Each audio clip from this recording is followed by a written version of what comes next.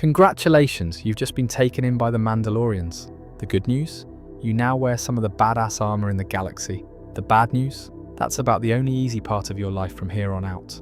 In this video, we're exploring the forgotten truths behind the Mandalorians, alongside covering their history, from its very beginning to its turns. So sit back, grab a snack, and let the galaxy fade around you. And if you enjoy slow journeys through strange history, feel free to subscribe. Now, let's begin. It's a bit sad that Mandalore, and the Mandalorians themselves, don't get much screen time in our beloved Star Wars movies. Sure, we have The Mandalorian from 2019 and Clone Wars animated series, but still, there's so much to talk about. The story starts with a species most people in the galaxy today couldn't pick out of a lineup, the Tong. They were tall, grey-skinned, with long faces, deep-set eyes, and an almost skeletal look that made them seem like they were carved out of stone. The Tong were warriors through and through, but not in the sense of swaggering mercenaries. They lived for conflict, they thrived on it. On Coruscant, yes, they had carved out their own territory, ruling over it by force of arms and sheer stubbornness. But Coruscant back then wasn't the bright, endless city world we know from the prequels. Imagine a chaotic planet-wide sprawl with towering city-states, massive stretches of unclaimed territory, and neighborhoods that changed hands depending on who had the bigger army that week. The Tong were one of many powerful groups vying for control, but their biggest rivals were the humans of Coruscant. Humans were everywhere, multiplying, expanding, and forming alliances that slowly cut the Tong's territory away piece by piece. Eventually, the tension snapped. A war broke out that would decide who owned Coruscant. The Tong fought with the same ferocity that had kept them alive for centuries. But no matter how hard they hit, the humans kept coming. It was a war of attrition, and the Tong were losing. Stronghold after stronghold fell, their population thinned, and finally their leaders had to face the truth. Stay and be destroyed, or leave and find somewhere new. The thing is, they didn't leave in the way you might imagine. This was exile. They were driven out, hunted as they tried to escape with whatever ships they could scrape together, whatever supplies they could steal or carry. Their journey through the galaxy was long and brutal. They passed through worlds that were too cold, too hot, too toxic, or already home to civilizations that weren't interested in sharing.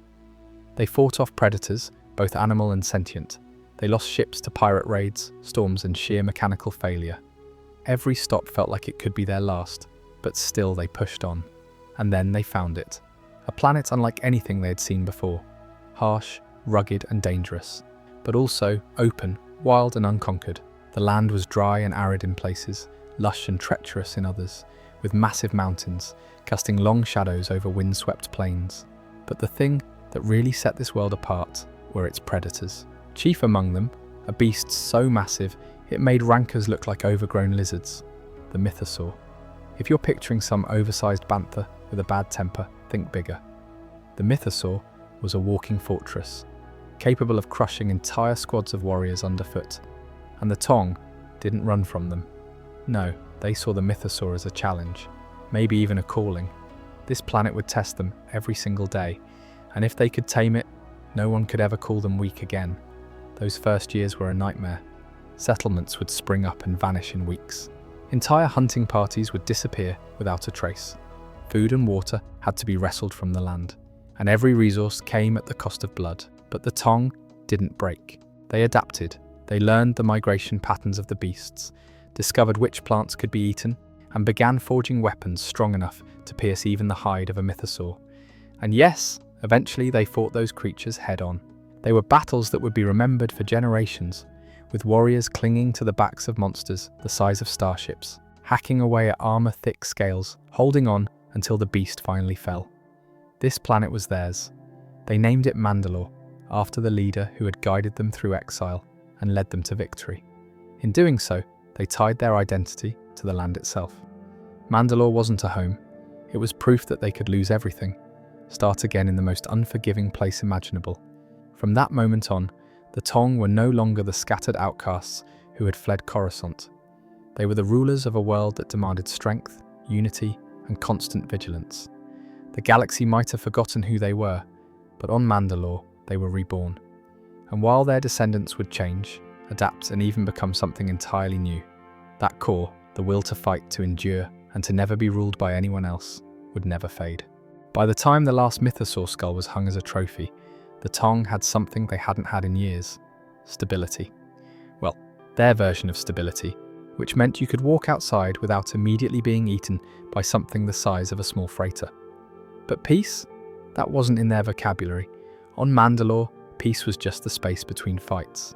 The environment didn't shape their day-to-day life, it shaped their entire culture. Everything revolved around strength, skill, and the ability to protect what you had.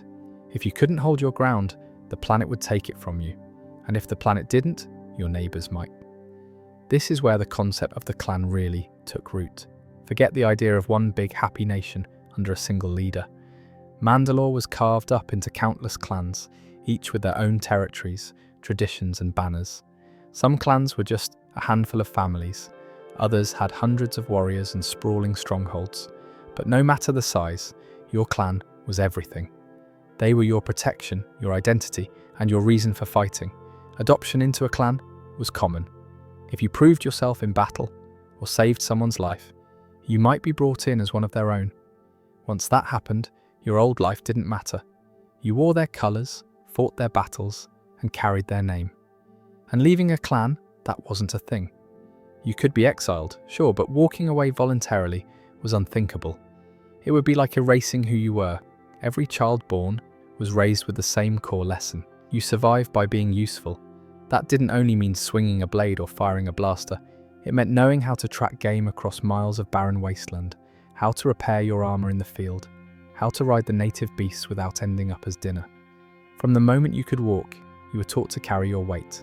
And if you couldn't, well, no one was going to carry it for you. Weapons were more than tools. They were symbols. It was something crafted, maintained, and customized over years. Early Mandalorian armor wasn't the sleek Beskar-plated masterpiece you're picturing now. It was rough, functional, and patched together from whatever materials were available. But even then, it carried markings that told your story. Kills, victories, and even defeats you'd learned from. The land itself was a sparring partner. You'd have to navigate razor-sharp rock formations, hunt dangerous predators, and survive sudden storms that could strip flesh from bone. Living on Mandalore was like living inside a boot camp that never ended. And the thing was, they loved it, because every challenge was a chance to prove yourself worthy of your clan and your world. Their values reflected that constant need for readiness. Courage wasn't never feeling fear. It was acting despite it. Honor was the unspoken contract between you and your people. If you promised to stand with your clan, you stood until your last breath. Breaking that bond was the one thing that could get you cast out faster than losing a fight. And then there was vengeance. On Mandalore, grudges were currency. If someone wronged your clan, it wasn't a question of if you'd settle the score, but when. Sometimes that meant years of careful planning, waiting for the right moment. Sometimes it meant charging into their stronghold the next day. Either way, letting an insult go unanswered was practically a crime. Inter-clan conflict was, well, constant. Borders shifted all the time, whether through raids, duels, or outright wars. And in the middle of all this chaos, traditions began to form. Feasts to celebrate victories, rites of passage for young warriors, duels to settle disputes. They reinforced the bonds between clan members, reminded everyone of their shared history, and made sure no one forgot what it meant to be Mandalorian. Over time, the Tong's identity merged so completely with their new home that they stopped thinking of themselves as an exiled people. They were Mandalorians now, shaped by the dust, the storms, and the constant battle to hold on to what was theirs. Outsiders saw them as aggressive, war-obsessed, maybe even savage. But for the Mandalorians, this way of life wasn't cruelty for its own sake. It was the only way they knew to survive, and to make sure no one could ever take their world from them again. By this point, you might ask how Mandos ended up being mostly people. Well, about 3,000 years before the movies, the Tong were almost gone as a distinct people. The title Mandalorian no longer meant member of the Tong species. It meant anyone who lived by the Mandalorian creed. By that point, humans made up the majority simply because they were everywhere in the galaxy. So they got absorbed into Mandalorian clans more than any other species. The Tong faded out so quietly that a lot of younger Mandalorians didn't even know their species' origins. The galaxy was at peace, or at least that's what the Republic liked to tell itself. Trade routes bustled, the core worlds thrived, and the Senate kept congratulating itself on holding everything together. Out in the Outer Rim, though, that peace looked very different. Worlds far from Coruscant's shining towers were left to fend for themselves, dealing with pirate raids, slavers, and the constant push and pull of border skirmishes. It was in this far-off space that the Mandalorians began to rise again, their warrior culture restless after centuries of rebuilding. By this time, the Mandalorians were no longer the tongue of ancient legend. They had become a people defined not by species, but by creed. Human, Rhodian, Twi'lek, it didn't matter. What mattered was wearing the armor, swearing the oath, and living by the code. And their code thrived on conflict. The Republic's stability meant little to them. In fact, it looked like stagnation. To a Mandalorian, a warrior's worth was measured by battle, and the galaxy was sorely lacking in worthy fights. The spark came from beyond known space. Rumors spread of dangerous enemies massing in the uncharted regions, the kind of threat that could test even the most hardened warrior. Mandalore the Ultimate, leader of the clans, saw an opportunity. If the galaxy's so-called protectors were too busy debating in the Senate to deal with it, then the Mandalorians would do what they did best: take the fight to them. Their first targets weren't the Republic's prized core worlds. They struck at the edges: mining colonies, trade outposts, and lightly defended systems. Each raid was swift and brutal, with ships descending like predators. Entire populations were either scattered or pressed into service. The Mandalorians weren't interested in occupation. They wanted to draw out strong opponents, force them into the open. The Republic couldn't ignore it for long. Systems were falling, and with them, crucial supply lines. The Senate called for aid from the Jedi Order, but the Jedi, cautious and bound by their council's deliberations, refused to be rushed. They believed the Mandalorians could be contained through strategic defense, that the tide would break against the Republic's fleets without Jedi intervention. That hesitation gave the Mandalorians the one thing they loved most: momentum. Planet after planet fell under Mandalorian control. Their fleets didn't move like the Republic's, slow, methodical, waiting for orders from a chain of command. The Mandalorians fought like hunters. One day their forces would hammer a fortified world until it cracked. The next they'd vanish entirely, only to appear light years away, striking at something the Republic thought was safe. This unpredictability kept their enemies guessing, and it made them dangerous on a scale the Republic hadn't faced in generations. On the ground, the difference was even sharper. Republic soldiers fought for defense, to hold positions and protect civilians. Mandalorians fought to win, to dominate the field completely. Their warriors wore armor that turned them into walking fortresses, each one armed with weapons they had mastered over a lifetime. In open battle, they adapted, using jetpacks to flank, crushing enemy morale with shock tactics. And unlike the Republic's soldiers, they didn't need a supply chain to survive. Mandalorian units could live off captured resources, sustaining themselves deep in enemy territory for months at a time. The Outer Rim became a war zone. Refugees flooded into safer systems, carrying stories of cities reduced to rubble and skies filled with burning ships.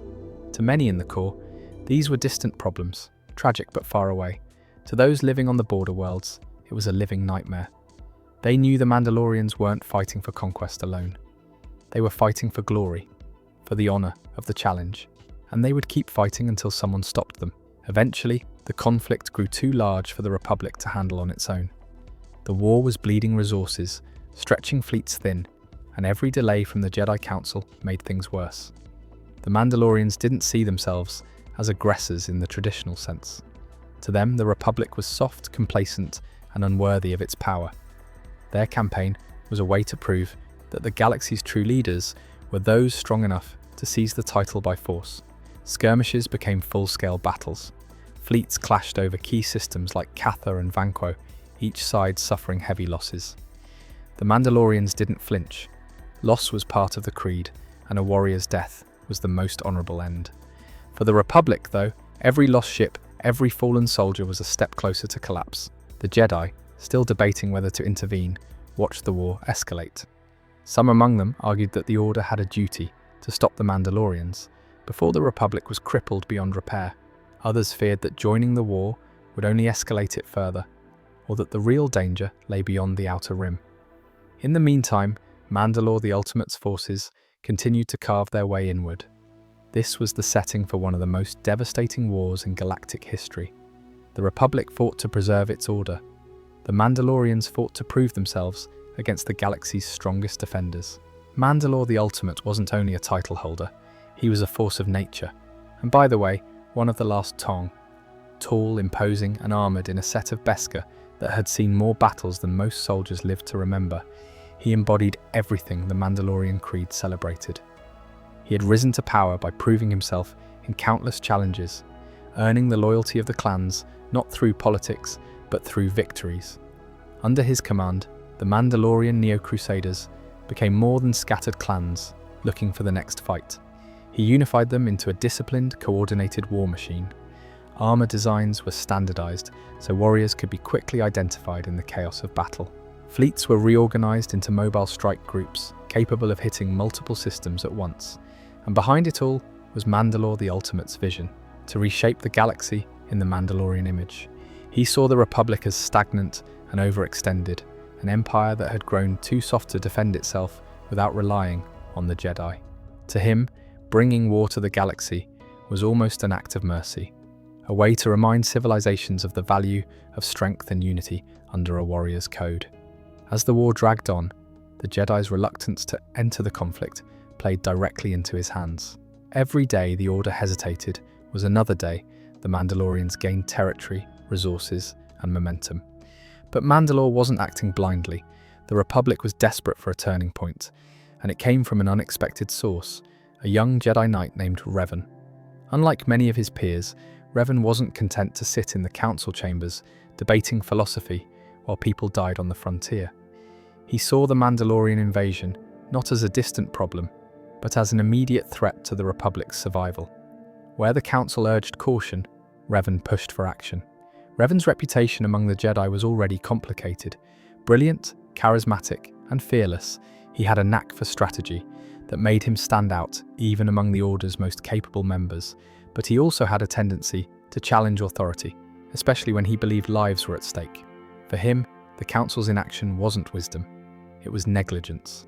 Defying their orders, Revan began rallying Jedi who felt the same way. These revanchists, as they became known, gathered ships, troops, and volunteers from the Republic's military, moving to join the war effort without official sanction. It was a bold move, one that risked expulsion from the Order, but it electrified the Republic's forces. Here, at last, was a leader willing to take the fight directly to the Mandalorians. Revan's first clashes with Mandalore's forces were a revelation. Where the Republic's commanders had been thrown off by the Mandalorians' hit-and-run tactics, Revan anticipated them, setting traps that turned ambushes into counterattacks. He began reclaiming systems the Republic had written off as lost, boosting morale and proving that the Mandalorians could be beaten. This was the first true challenge Mandalore the Ultimate had faced in the war. Until then, his opponents had been predictable, slow, and easy to manipulate. Revan was different. He fought with a precision that mirrored the Mandalorian mindset, aggressive when needed, patient when it mattered, and always thinking several steps ahead. For the first time, the Mandalorians found themselves respecting an enemy commander almost as much as they wanted to destroy him. The two leaders never treated the war as a faceless grind. For Mandalore, every major battle was an opportunity to test himself against the Republic's best. For Revan, each victory was a way to protect the Republic while studying his enemy's strengths and weaknesses. Their campaigns became a deadly chess match played out across entire star systems, with fleets and armies as the pieces. Over time, Revan's push began to turn the tide. The Republic's forces, inspired by his leadership, adapted to Mandalorian tactics and learned to fight on equal terms. Worlds that had once fallen in days now held out for weeks, giving the Republic precious time to regroup. The Mandalorians still struck hard and fast, but the element of inevitability they had carried at the start of the war was beginning to fade. The conflict built toward its climax at the Battle of Malachor V, a world steeped in dark legends, chosen by Mandalore the Ultimate for what he believed would be his greatest victory. Revan, however, had other plans. Using a combination of precision planning, deep reconnaissance, and a willingness to make impossible sacrifices, he set the stage for one of the most devastating confrontations in galactic history. The details of that battle and the weapon Revan used to end it would leave scars on the galaxy for decades. When the dust settled, Mandalore the Ultimate had fallen. Accounts vary on their final meeting. Some say Revan defeated him in honourable combat. Others claim it was a swift, decisive strike without ceremony. What is certain is that Revan removed Mandalore's mask before he died, demanding to know who had driven him to this war. Whatever answer he received, Revan kept it to himself. With their leader gone, the Mandalorian Neo-Crusaders collapsed into disarray. Some returned to the Outer Rim, others scattered across the galaxy, and a few kept fighting as mercenaries. For the Republic, it was a victory, but for Revan, it was the beginning of something far more dangerous. His time in the war had changed him, and the path he would walk next would lead straight into the heart of the galaxy's darkest truths. Mandalorians had been defeated, but not erased. Clan traditions kept the warrior spirit alive, and children were still raised on tales of the Crusades, of battles fought against the Republic and the Jedi. The creed still bound them, even if the galaxy saw them as scattered mercenaries and raiders rather than a united people. In their eyes, they had not been destroyed, only delayed. So now, Mandalore entered a period often called the Silent Era. Cities like Sundari, the capital, rose from the harsh landscape, impressive stone and metal fortresses that blended with Mandalore's rugged terrain. Though the scars of war remained, your clans found ways to thrive, strengthening bonds, forging new traditions, and living by the creed in ways that would define your people for generations. In this era, the true spirit of Mandalorian life unfolded, where loyalty, honor, and the unbreakable ties of clan and culture held your world together. Let's step into a day in your life and see how routine, ritual, and quiet strength shape your existence on this warrior's world. You wake up before dawn. Today, like every day, you follow a routine forged by centuries of tradition. A routine that prepares you not only to survive, but to thrive as a Mandalorian. Your first act is simple yet sacred. You approach your armor. It stands waiting, battered but resilient, each dent and scratch a testament to battles fought and survived. The sight alone steadies your breath. This isn't a metal. It's your identity, your protection, and the legacy of your ancestors. As you run your hands over the cold, unforgiving Beskar plates, you silently promise to honor it with every step you take today. Polishing your armor isn't a chore, it's a ritual. Every motion is deliberate, every stroke meant to reveal the strength beneath the surface. You pay close attention to even the smallest scratches, knowing that what might seem insignificant could weaken your defense in a fight. The armor reflects your discipline, your pride, and your readiness.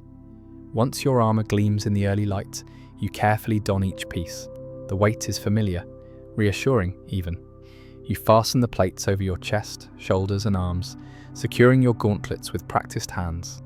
The feeling is grounding, connecting you to centuries of warriors who wore similar armor in battles, long forgotten by most but remembered deeply by your people. Then comes the helmet, the piece that completes you. Sliding it into place, you feel the world narrow to the lens of your T-shaped visor. Wearing it is a statement to the galaxy. You are a Mandalorian, bound by the creed, forged by hardship, and ready to face whatever comes. With your armor secured, you move to the small table where a simple breakfast awaits. Food is functional here, fuel to sustain a body that must always be ready. The meal is hearty but straightforward, protein-rich sustenance, dried fruits, and a strong, bitter drink to sharpen your senses.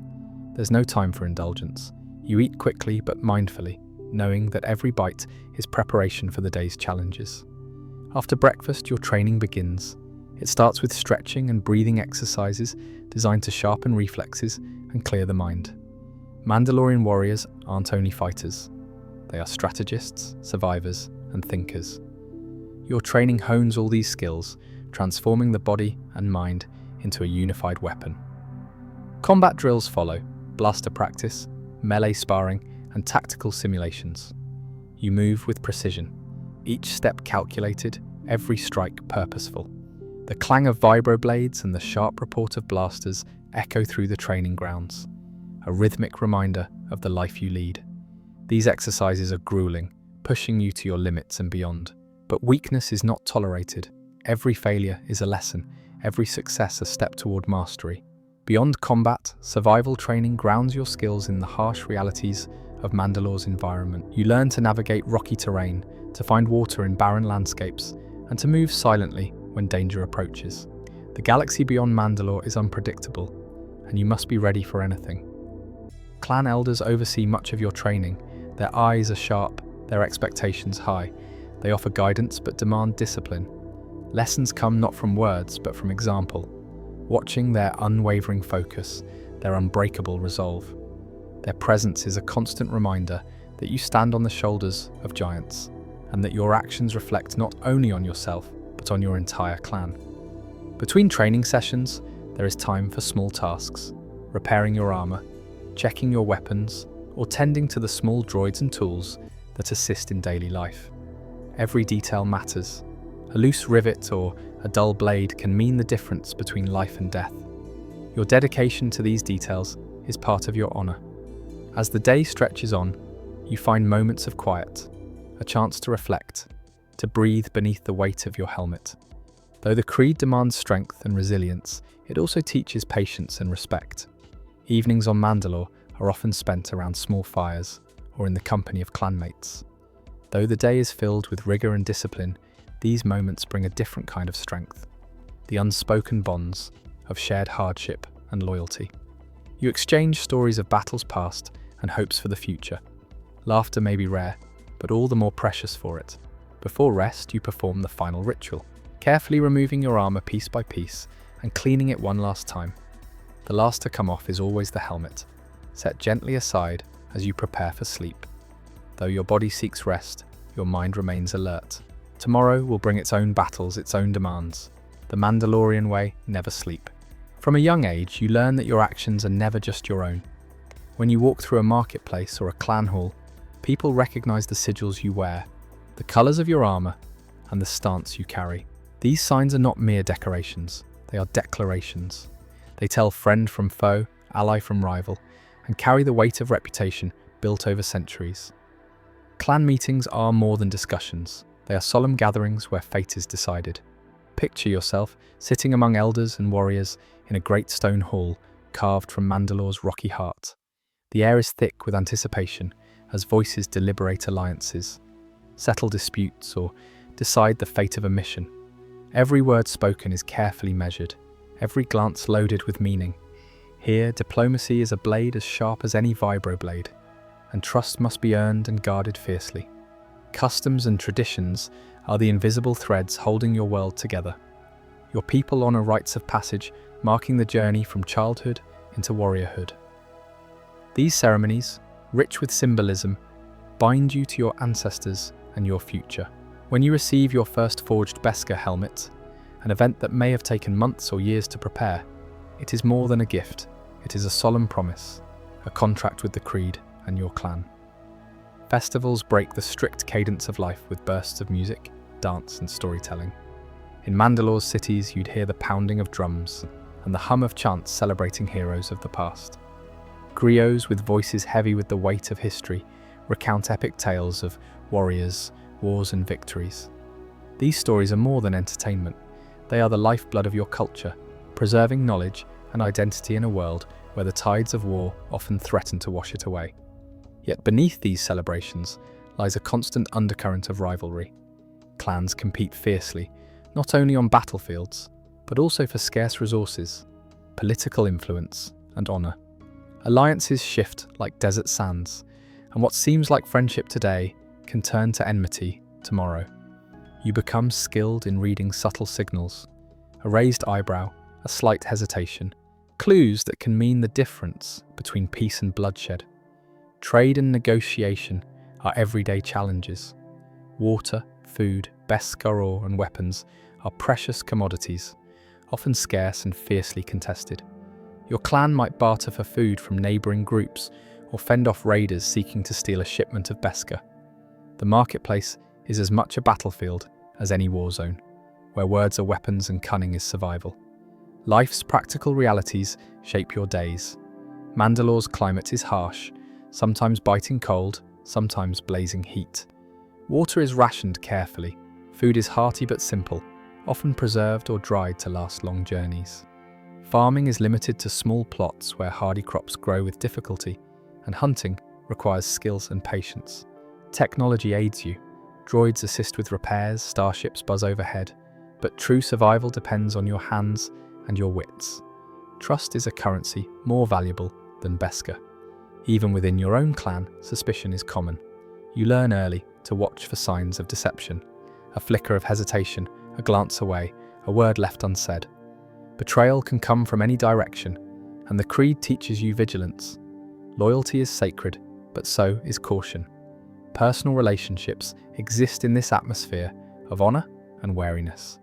Friendships are deep but rare, built over shared trials and tested loyalties. Romance is often fleeting or hidden, given the demands of the creed and the clan.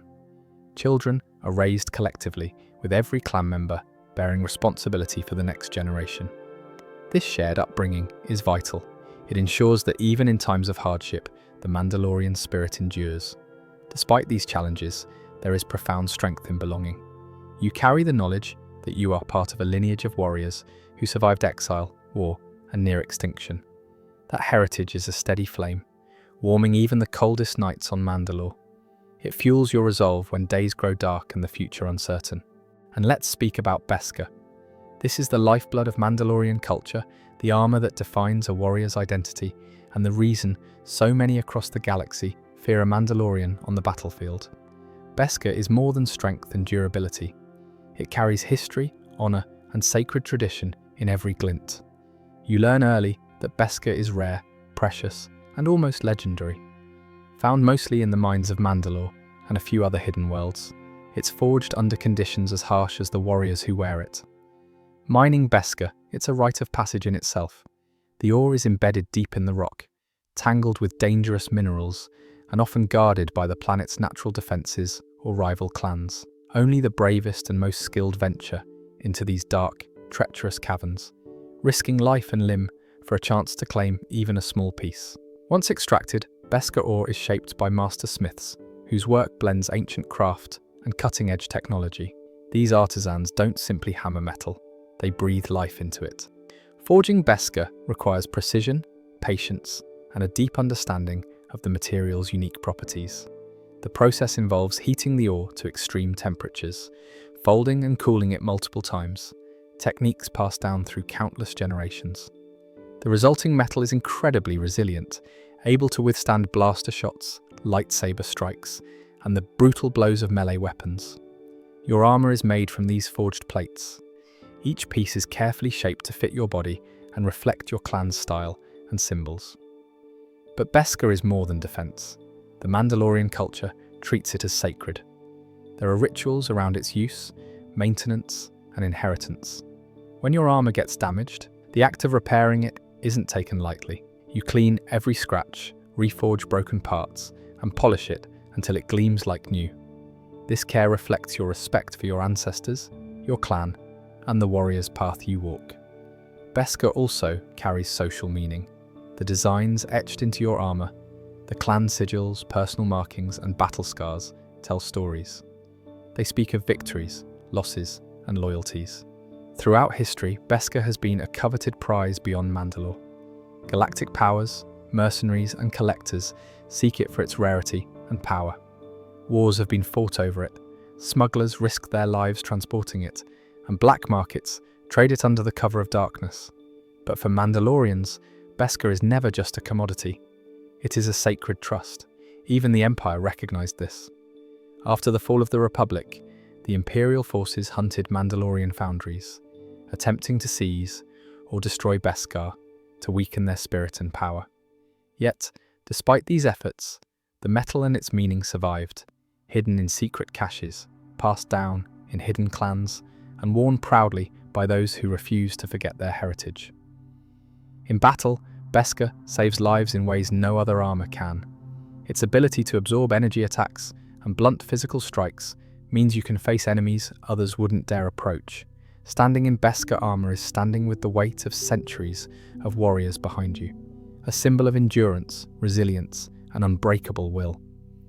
Beyond the battlefield, Beskar armor is a reminder of your responsibilities. It represents the Mandalorian creed: to protect your people, uphold your honor, and face adversity without fear. To wear Beskar is to carry a promise, not only to yourself, but to every Mandalorian who walks beside you. The Clone Wars brought uncertainty and tension to every corner of the galaxy, and Mandalore was no exception. Though your people had endured centuries of conflict and rebuilding, the storms of war now began to darken even the proudest cities and strongest clans. The once steady heartbeat of Mandalore started to falter, and whispers of danger filled the halls and alleys. Mandalore's position made it a prize coveted by both the Galactic Republic and the Separatists. Each sought to control the planet's strategic location and valuable resources, placing your people under increasing pressure from outside forces. This external interest stirred unrest within the clans, forcing old alliances to be tested and new tensions to rise. Your life in this era is marked by a growing unease. Political factions emerge, debating whether to align with the Republic, the Separatists, or to stand apart and protect Mandalore's independence. Clan meetings become more heated and frequent, as elders and warriors weigh the cost of involvement in galactic conflicts against the need to safeguard their people and traditions. The threat isn't just political, it grows into something more personal. Mercenaries and bounty hunters begin prowling the outer settlements, preying on those who wander too far or show weakness. Trade routes become dangerous, and once safe havens now require vigilance and armed escorts. Trust becomes harder to come by, even within your own clan. Scattered skirmishes flare between rival clans or between Mandalorian warriors defending their homes and aggressive outsiders. The scars of these fights are visible: burnt villages, abandoned farms, and families forced to flee. Each loss chips away at the unity Mandalore had built over generations. Amidst this rising tension, your people start to prepare for darker days. Weapons are sharpened, armor repaired, and patrols doubled. Foundlings are hidden away, sacred sites protected, and important relics of the creed concealed from prying eyes. The pride of Mandalore is tempered by caution. Survival depends on patience and secrecy as much as strength. Political leaders struggle to keep control. Negotiations between clans and with external powers drag on, often ending in stalemate or broken promises.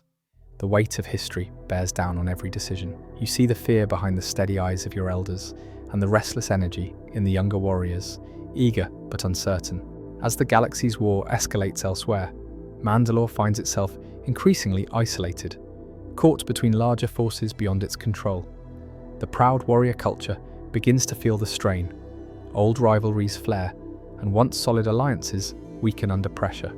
Your people, scattered across cities and settlements, cling to what remains of the creed and clan loyalty. Yet the spectre of exile begins to loom. Whispers grow of clans forced to abandon ancestral lands, of Mandalorians seeking refuge on distant worlds, and of the haunting possibility that Mandalore may never again be whole. In this uneasy time, every choice matters. Whether to fight or flee, to trust or watch in silence. These decisions define not just your survival, but the fate of your people. The fall of Mandalore is not a sudden collapse, but a slow unraveling, a quiet erosion of strength and unity. But even as the shadows lengthen, the spirit of Mandalore endures. You wear your armor with pride, you carry the creed in your heart, and you prepare.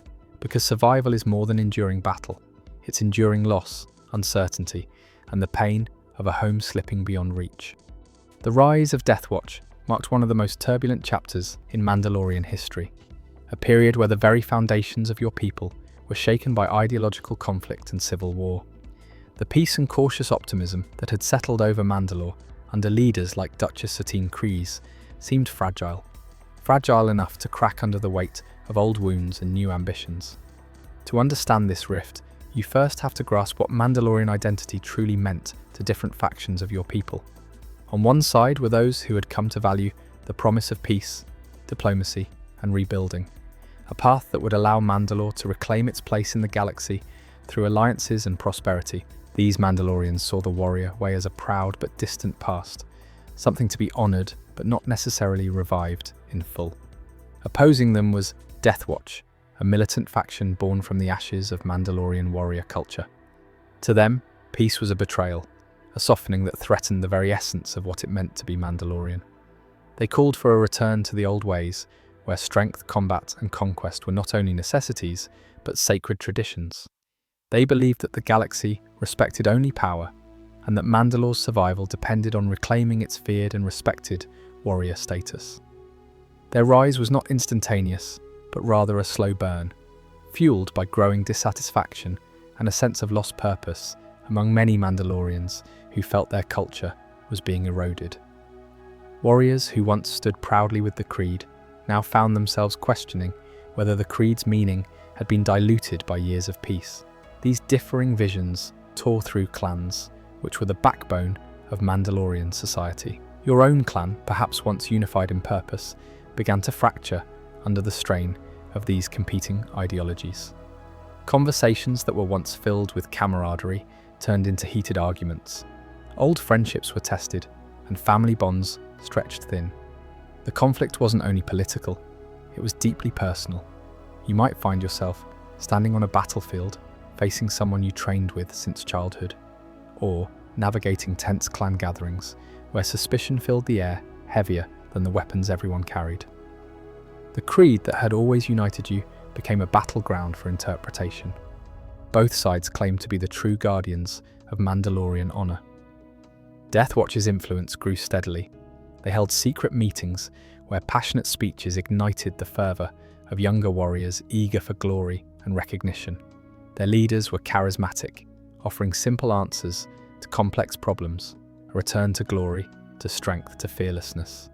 They wore their armor with pride, often adorned with symbols and markings that harkened back to the ancient days of Mandalorian conquest. This growing power translated into action.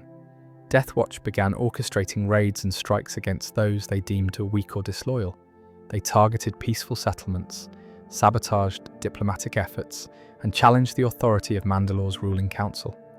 Violence became a tool to send messages and assert dominance. As the internal conflict escalated, your life became a tightrope walk between survival and loyalty. Traveling between clan territories required caution and knowledge of shifting allegiances. A friendly village one day might become a hostile zone the next. Trust was a precious commodity, often bought with weapons or blood. Communication became secretive, with messages carried through discreet channels to avoid interception. The civil strife weakened Mandalore's standing in the wider galaxy. Once a respected and relatively stable power, your people became distracted and vulnerable. External forces, whether Republic agents, separatist spies, or opportunistic mercenaries, watched with interest, ready to exploit your divisions. Despite this turmoil, moments of humanity shone through. You witnessed warriors who, despite ideological differences, remembered their shared past. Old songs were still sung in the evenings, stories of legendary battles and heroes whispered in quiet corners. In rare moments of peace, enemies might share a drink, recalling better days before the schism. But such moments were fleeting. The growing violence claimed lives, homes, and hopes. Families were torn apart, clans forced into exile, and ancient rivalries reignited with deadly consequences. Duchess Katan Kryze was a figure who stood out in the turbulent history of Mandalore, not for her prowess in battle, but for her steadfast commitment to peace in a culture forged in war. Born into the Kryze clan, one of Mandalore's most influential houses, Satine grew up surrounded by the weight of tradition. The tales of legendary warriors and endless battles echoed through her childhood. Yet from an early age she felt a different calling, one not defined by combat but by hope. Her vision for Mandalore was radical for her time. While many saw strength in the clash of blades and the roar of battle, Satine believed true strength came from unity and diplomacy. She imagined a Mandalore where clans could lay down their weapons and work together, where the planet could thrive as a center of culture and commerce rather than endless conflict. This vision was both inspiring and dangerous in a society so deeply rooted in the warrior way. Satine's rise to power as Duchess was marked by her determination to enact this vision. She became the elected leader of Mandalore during a critical era when the planet teetered between its violent past and an uncertain future. She embarked on a campaign to unite the fractured clans, many of whom were suspicious or outright hostile to the idea of peace. This was no small feat. years of internecine warfare and rivalry had hardened the hearts of many. The city of Sundari, Mandalore's capital, became the centerpiece of her efforts. Under Satine's guidance, Sundari was rebuilt as a shining example of what Mandalore could be, a city of beauty, innovation, and diplomacy. The streets bustled with merchants, artisans, and diplomats, all contributing to a new era of prosperity. This transformation was a testament to Satine's unwavering belief that Mandalore's future lay in progress, not destruction. However, not everyone welcomed this change. Death Watch sought to overthrow her government and return Mandalore to its former militaristic glory. This internal conflict marked the beginning of a brutal ideological war that would divide your people. Despite the threats, Satine remained committed to her cause. She forged alliances both within and beyond Mandalore. Notably, she maintained a close and complicated relationship with the Jedi Order. Unlike many Mandalorians who viewed the Jedi with suspicion or outright hostility, Satine saw them as potential allies in preserving peace. Jedi like Obi-Wan Kenobi respected her conviction and often served as intermediaries during times of crisis. However, this alliance also made her a target for critics who feared outside influence or believed she was compromising Mandalorian independence. Satine's leadership was defined by her ability to balance diplomacy with the harsh realities of ruling a planet fraught with conflict. She negotiated treaties, mediated clan disputes, and worked tirelessly to prevent Mandalore from becoming a battleground in the greater galactic war. Yet, her position was precarious. Assassination attempts, political sabotage, and open rebellion were constant threats. Her personal sacrifices were immense. Satine carried the burden of leadership with grace, but knew that every decision could cost lives. The safety of her people was always at the forefront, yet she also understood that not all Mandalorians would follow her path. Her greatest struggle was to hold her people together when their hearts pulled them in different directions. On the other hand, in the center of the Death Watch was Vizsla, a charismatic and ruthless leader. Vizsla wielded the legendary Darksaber, a unique black-bladed lightsaber symbolizing leadership and authority over Mandalorians, which gave him a powerful claim as the true Mandalore in the eyes of many. To understand him, you have to understand the Vizsla name. Centuries earlier, the clan's ancestor, Tare Vizsla, had been the first Mandalorian ever inducted into the Jedi Order. Tare forged the legendary Darksaber. Over the years, the Darksaber passed through the hands of warriors, rebels, and rulers, always carrying with it the weight of authority. His solution was simple, at least in his own mind: overthrow Satine, restore the old ways. Pre spoke with conviction, invoking Mandalore's proud past and painting Satine's government as weak and corrupt. His message resonated with those who felt left behind in the new order, especially younger warriors eager to prove themselves. But charisma alone wasn't enough. Pre also had the resources and military cunning to make his ambitions a real threat. He cultivated alliances wherever he could find them. At one point, he worked alongside Count Dooku and the Confederacy of Independent Systems, believing that with their help, Death Watch could gain the strength to topple Satine. This was not a partnership born out of shared ideals. Dooku saw Pre as a useful tool, and Pre saw Dooku as a means to an end. Eventually, that alliance soured, but it showed that Pre was willing to make pragmatic deals to further his goals. What made Pre Vizsla especially dangerous was that he was more than just a political agitator. He was a warrior through and through. Trained in Mandalorian combat techniques, armed with jetpacks, blasters, and the full range of traditional weaponry, he was a formidable opponent in battle.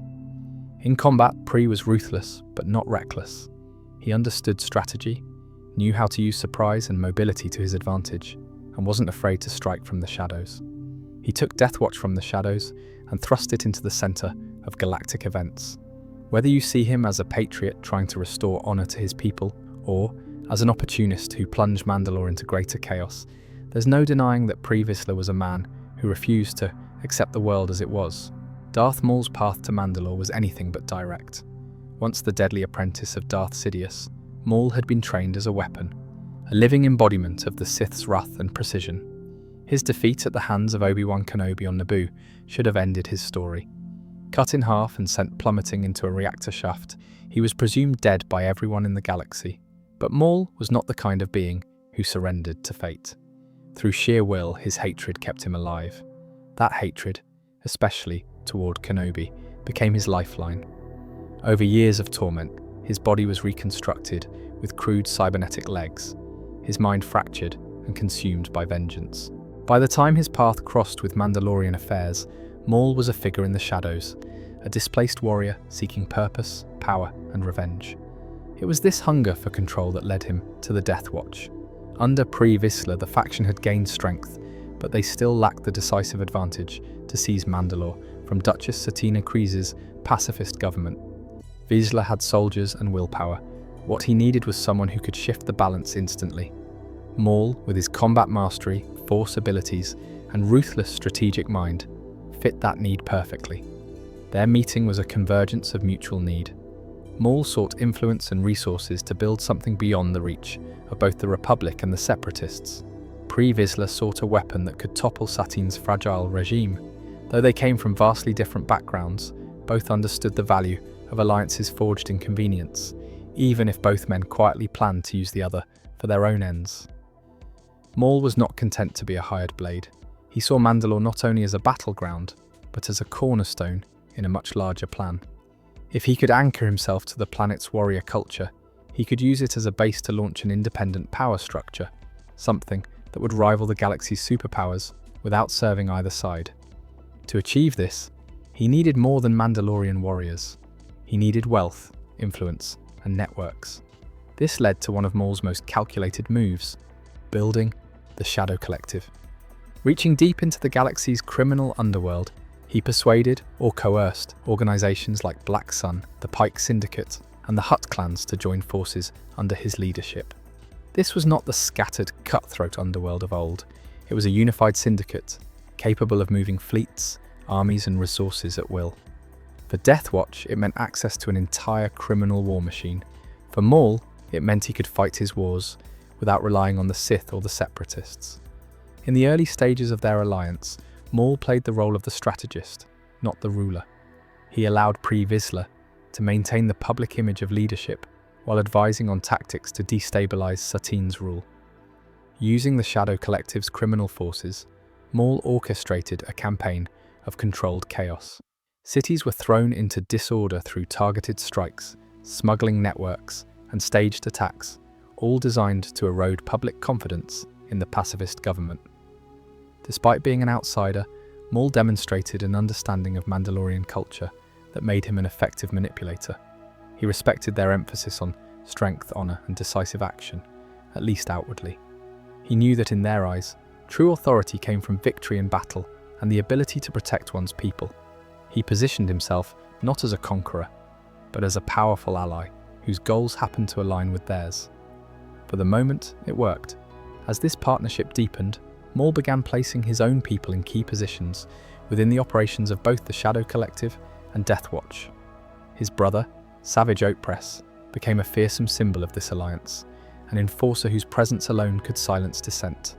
Criminal lieutenants who owed loyalty directly to Maul began overseeing supply lines, troop movements, and financial streams. Piece by piece, Maul was building an infrastructure that would allow him to act independently if, or when, his relationship with Vizsla soured. Yet even in these early days, there were tensions. Some Death Watch members were wary of Maul's true intentions, unsettled by his alien origin and his mastery of the Force, something that did not sit easily with the warrior traditions of Mandalore. Others saw his presence as a temporary but necessary evil, reasoning that once the pacifists were gone, the alliance could be dissolved. Maul, of course, understood their doubts and quietly planned for the moment when he would no longer need their approval. Still, for a time, their combined efforts made Death Watch stronger than ever before. Maul had not yet made his play for open control, but the foundation was being laid with meticulous care. So the seeds were planted, Mandalore was swallowed by the civil wars. The unrest that Darth Maul and Vizsla had fostered now erupted into full-scale conflict, the streets of Sundari trembling under the weight of violence and betrayal. Katan Kryze's pacifist government, already weakened by years of political maneuvering against Death Watch, found itself surrounded on all sides, isolated from the Republic, undermined by infiltrators, and stripped of the public's confidence. The Shadow Collective's criminal forces continued to strike key supply routes and public districts, fanning the flames of chaos. Death Watch then swept in to restore order, their warriors clad in traditional armor, projecting the image of saviors. The people of Mandalore, exhausted by fear, began to accept their intervention as the only viable option. Behind this facade of rescue, Maul and Vizsla had already decided Satine's fate. The critical moment came when Death Watch publicly deposed her, storming the royal palace and taking her prisoner. Vizsla delivered the coup with theatrical precision, a display of military dominance designed to erase any lingering loyalty to the Duchess. The halls of government, once spaces of debate and diplomacy, echoed instead with the march of armoured boots and the cold hum of blasters. Satine was confined, and the symbol of pacifism in Mandalore was silenced. For Maul, however, this was not the endgame. His alliance with Vizsla was always temporary. He understood that as long as Vizsla led Death Watch, Maul himself would never truly rule Mandalore, and so came the final betrayal. In the throne room, Maul challenged Vizsla to single combat under Mandalorian tradition. The duel was fierce, armor against the dark side, jetpack against lightsaber. But in the end, Maul's skill and ferocity overwhelmed the Death Watch leader. With the darksaber claimed from Vizsla's defeated body, Maul assumed the mantle of ruler. The Death Watch, bound by their creed to follow the victor, bent the knee, at least those who accepted his authority. Not all did. Katan Kryze, Satine's sister, and a high-ranking member of Death Watch rejected the idea of an outsider, especially a former Sith, ruling her people. She and her loyalists broke away, vowing to oppose Maul's rule. The stage was set for yet another fracture in Mandalorian unity. Maul understood that as long as Satine lived, she could serve as a rallying point for resistance. He also knew her death could wound his true enemy, Obi-Wan Kenobi. For Maul, killing her was not only a political calculation, but a personal act of revenge. The bond between Obi-Wan and Satine had been forged years earlier, during the Mandalorian Civil War that first brought the Jedi to Mandalore. Obi-Wan, still a Padawan then, and his master, Qui-Gon Jinn, had been sent to protect Satine when she was targeted by militant factions. During that time, the young Jedi and the Duchess grew close, a rare connection marked by unspoken feelings. Bound by his Jedi vows, Obi-Wan never acted on them, but it was clear to both that they shared something deeper than friendship. Satine, in turn, had always carried the quiet certainty that had circumstances been different, they might have shared a life together. When Obi-Wan learned of Satine's capture, he defied the Republic's reluctance to intervene and travelled alone to Mandalore. Disguised, he infiltrated the palace, intent on rescuing her. But Maul was already waiting. The trap was perfect. Obi-Wan was captured, dragged before Maul in chains, forced to kneel in the throne room as Satine was brought forward. Maul did not hurry the moment. He spoke at length of his hatred, of the pain Obi-Wan had caused him, of the vengeance he had longed for. He made certain that the Jedi understood the true purpose of this encounter, that this was not about Mandalore's politics, but about making Kenobi suffer. With Obi-Wan forced to watch, Maul ignited his lightsaber, and in one swift strike ran Satine through. Satine collapsed into Obi-Wan's arms, her final words spoken with the last of her strength.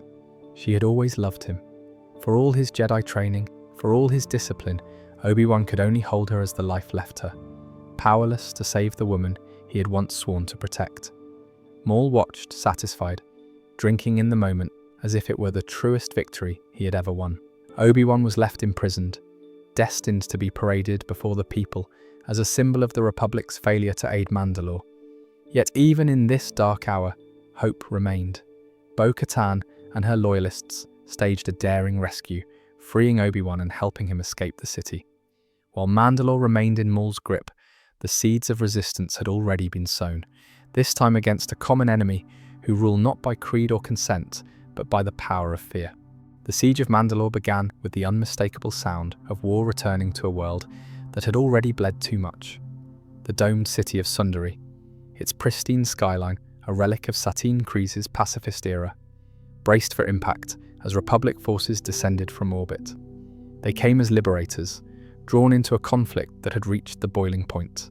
Katan Kryze had called for help, seeking to overthrow Maul's rule and free her people from the grip of a warlord who had turned Mandalore into his personal throne. The Republic answered, but in a way that reflected the tangled politics of the time. The Jedi Council, unwilling to commit fully to the battle, sent not the full weight of the order, but a strike force, one led by former Jedi Ahsoka Tano, accompanied by elements of the 501st Legion under Captain Rex. This was not a full-scale planetary invasion. It was a precise strike meant to remove Maul and end his reign quickly. But Mandalorians have never yielded easily, and those loyal to Maul's Shadow Collective were ready for the fight. The battle erupted in the skies before the first Republic troop carrier touched down. Gauntlet fighters, their sleek wings slicing through the atmosphere, clashed with Republic gunships in a deadly dance. Inside the dome, the city's walkways, rooftops, and plazas became battlegrounds. Blaster bolts flashed between spires, the deafening roar of jetpacks filling the air as warriors slammed into each other mid-flight. Mandalorians fought Mandalorians, armor painted in familiar clan colors, facing down equally familiar crests now worn by enemies. Those who had pledged themselves to Maul's rule fought with the desperation of those defending their claim to power. Bo-Katan's loyalists answered with the conviction of warriors fighting to reclaim their home. The city's people, caught in between, cowered in shelters or fled through undercity passages, the noise of battle shaking the ground beneath their feet. Ahsoka Tano moved through the fight like a blur, her twin lightsabers carving through blasters, striking down enemies with precision. She was not here to destroy Mandalorians, but to free them. Yet the reality of the siege meant no one could avoid bloodshed. Rex and the 501st pushed forward, clearing streets block by block, securing choke points, and holding intersections long enough for Bo-Katan's forces to advance. Maul, for his part, did not meet the assault with brute force alone. He was a strategist, and every step the Republic took deeper into Sundari was met with counterattacks from elevated positions, ambushes in narrow corridors, and sudden collapses of critical structures meant to slow their advance. His control of the city was not absolute, but it was enough to make every inch of progress costly. Losses mounted quickly, skilled warriors fell on both sides, their jetpacks spiraling into the streets below in trails of smoke. The famed armor of Mandalore, Beskar forged and handed down through generations, was not enough to stop the sheer weight of coordinated strikes from air, ground, and rooftop positions. Entire squads were cut off when Maul's forces collapsed sections of the city's transit tubes, leaving them stranded and overrun. The fighting pushed closer to the palace. Bo-Katan's warriors breached key defensive lines, each step forward narrowing Maul's options. Yet as victory for the Republic-aligned forces seemed near, Maul revealed his true intent. He had never planned to simply hold the city. He sought to lure Ahsoka into a direct confrontation, to use her as a means to disrupt the Republic at a moment when it was already stretched thin by the Clone Wars. The final stages of the siege turned chaotic. Maul's personal guard fought with unmatched ferocity, buying him the time he needed to engage Ahsoka. On the streets below, the fighting had reached its most desperate point. Close quarters combat in the shadow of burning towers, squads reduced to scattered survivors scrambling to hold ground. You had been fighting alongside Bo-Katan's loyalists, holding a narrow causeway between two districts. When Maul's forces detonated the supports beneath it, the entire structure gave way. Jetpack fuel nearly gone, you barely made it across the collapsing span, the heat from the explosion searing against your armor. You regrouped in the Undercity, moving through maintenance tunnels and service corridors choked with smoke. Every step was a gamble. Maul's forces were collapsing sectors of the city at random, sealing off escape routes in an attempt to trap Republic troops. The wounded slowed progress, but leaving them behind was not an option. Mandalorian honor demanded that no warrior be abandoned. So the siege of Mandalore was over. Maul had been defeated and captured, his grip on the planet broken. The Shadow Collective had dissolved into scattered remnants, their authority crumbling without the Zabrak's iron hand to hold it together. Yet even as banners were torn down and symbols of Maul's reign destroyed, the victory felt hollow. Too much blood had been spilled, and the scars, both physical and political, ran deep. The city of Sundari bore those scars most visibly. Once the pride of Mandalore's pacifist era, its gleaming white walls were now pitted with scorch marks, its pristine streets littered with wreckage. Entire districts had been reduced to rubble in the fighting. Reconstruction crews worked tirelessly to restore basic infrastructure, but every repair was a reminder of the battle's cost. Beneath the dome, displaced civilians crowded into relief centers, their homes destroyed or made uninhabitable by the siege. Food was rationed, and clean water was guarded like treasure. Beyond the capital, the damage was just as severe. Smaller settlements, already neglected during Katan Kryze's rule, had been left to fend for themselves during the siege. Some welcomed the return of a warrior-led Mandalore. Others mourned the death of the pacifist dream. The ideological divide that had fueled decades of unrest was still there, simmering under the surface. Bo-Katan faced an impossible task. Mandalore needed unity to rebuild, but unity was in short supply. The clans, each with their own histories, grudges and loyalties, were wary of central authority. Some openly questioned Bo-Katan's legitimacy, seeing her rise to leadership as opportunistic. Others distrusted her willingness to ally with the Republic, arguing that it placed Mandalore's sovereignty at risk. The fragile peace that followed the siege was a patchwork of uneasy truces. In some regions, clans that had fought on opposite sides of the battle now worked together to clear debris and restore farmland. In others, skirmishes broke out in the wastelands over territory and resources. Mandalore had always been a land where strength commanded respect, and the power vacuum left by Maul's fall invited challenges from those who saw an opportunity to advance their own influence. And looming over all of it was the Republic. Ahsoka Tano had left soon after Maul's capture. The 501st had withdrawn as well, leaving Bo-Katan to govern without direct Jedi oversight. But the Republic's interest in Mandalore had not ended with the siege. With the Clone Wars still raging across the galaxy, Mandalore's strategic position and its warrior culture made it a valuable asset. Republic envoys visited under the guise of offering aid, but their questions about troop strength, ship production, and political stability revealed deeper motives. The war between the Republic and the Separatists was nearing a climax, and Mandalorians who had fought in countless wars could feel the change in the air. Something was coming. Something that would make the recent siege seem like a prelude. Bo-Katan knew the truth. Mandalore's freedom was precarious. The moment the Republic, or whatever it became, decided that the planet's independence was inconvenient, the full weight of galactic power could fall on them. Meanwhile, the scars of the siege continued to shape daily life. The transition from fragile independence to imperial control was a calculated erosion of Mandalore's autonomy that began quietly, before revealing the iron fist beneath the glove. In the months following the siege of Mandalore, the Republic's presence returned under the banner of assistance.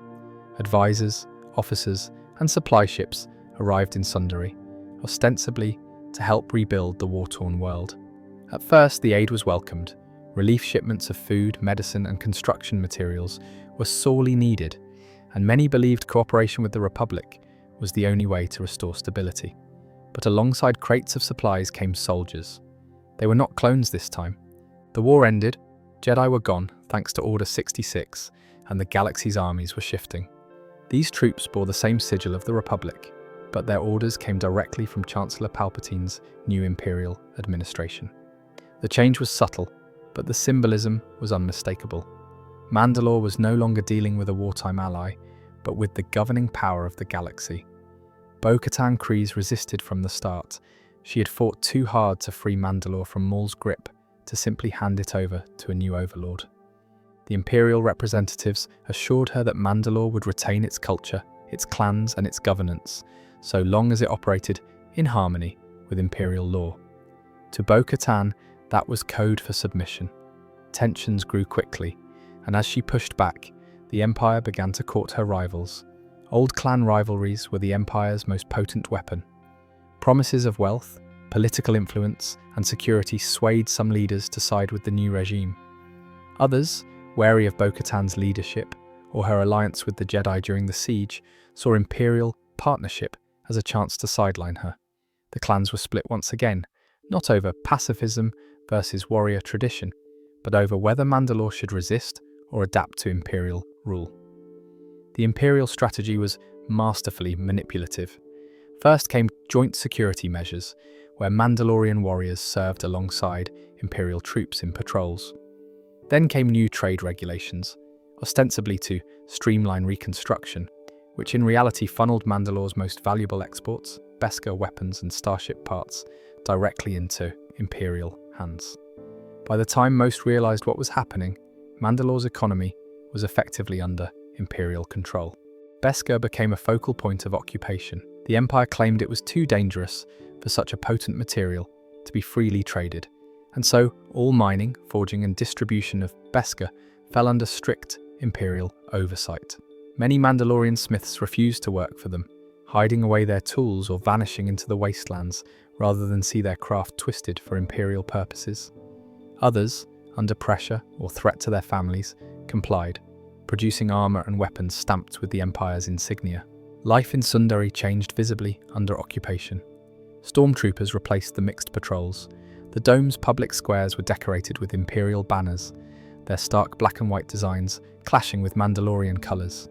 Curfews were established to prevent unrest, and public gatherings were closely monitored.